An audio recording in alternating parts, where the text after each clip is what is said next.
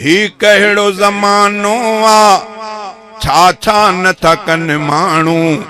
इग़वा था करनि माण्हू माण्हू था कोहनि माण्हू इग़वा था करनि माण्हू माण्हू था कोहनि माण्हू ही कहिड़ो ज़मानो आ छा छा नथा कनि माण्हू इग़वा था करनि माण्हू माण्हू था कोहनि माण्हू को अमन रहियो नाही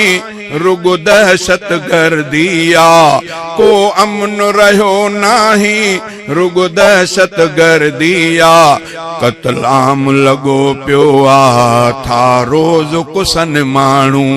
कतलाम लगो पियो आ था रोज़ कुसन माण्हू थो भाव खे भाव कोहे थो पुट खां पीउ खसे थो भाव खे भाव कोहे थो पुट खां पीउ कुसे ही केरु कुठो पियो आ था को न ॾिसनि माण्हू ही केरु कुठो पियो आ था को न ॾिसनि माण्हू ही कहिड़ो ज़मानो आ छा छा नथा कनि माण्हू इग़वा था करनि माण्हू माण्हू था कोहनि माण्हू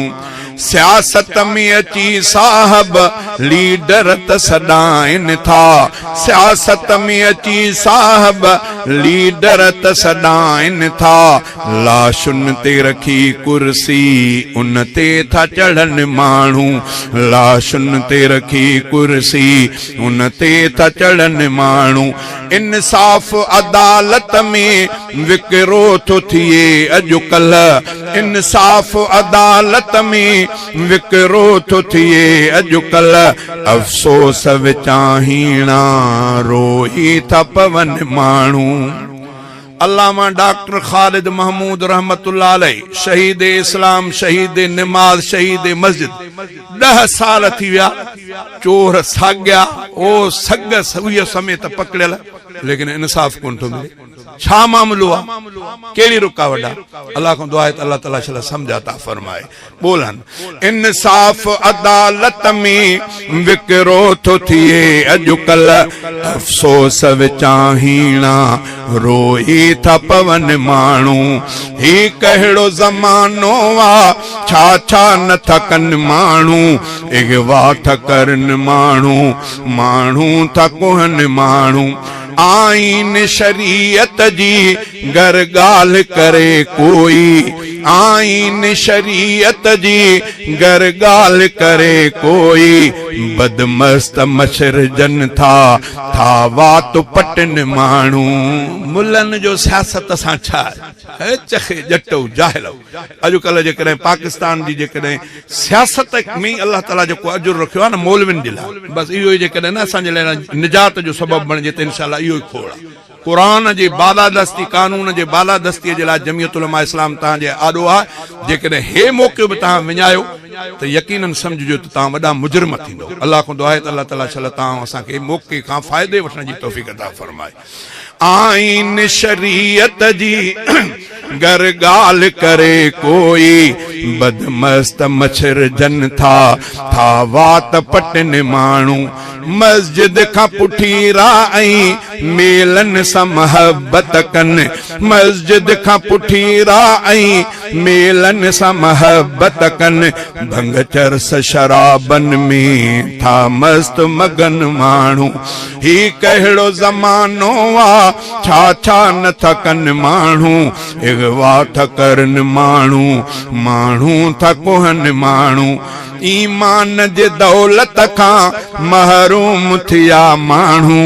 ईमान जे दौलत का महरूम थिया माण्हू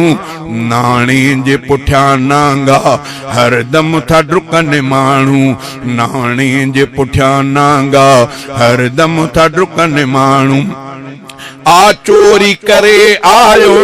ऐं ढोर बि घर जे अंदर आ चोरी करे आयो ऐं ढोर बि घर जे अंदर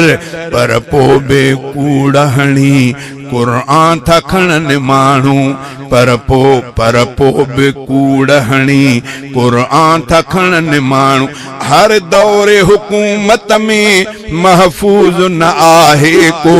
हर दौरे हुकूमत में महफूज न आहे को रहज़न खे अलाए छो था कोन झलनि माण्हू रहज़न खे अलाए छो था कोन झलनि माण्हू ही कहिड़ो ज़मानो आ छा छा नथा कनि माण्हू इग़वा था करनि माण्हू माण्हू था कोहनि माण्हू जे उलरो हफ़ीज़ अॼु थो सच कंहिंखे चवे साम्हूं जे उलरो हफ़ीज़ अॼु थो सच कंहिंखे चवे साम्हूं अशराफ मथां ॾाढो था रंज थियनि माण्हू अशराफ मथां ॾाढो था रंज थियनि माण्हू ही कहिड़ो ज़मानो आ छा छा नथा कनि माण्हू इग़वा था करनि माण्हू माण्हू था कोहनि माण्हू।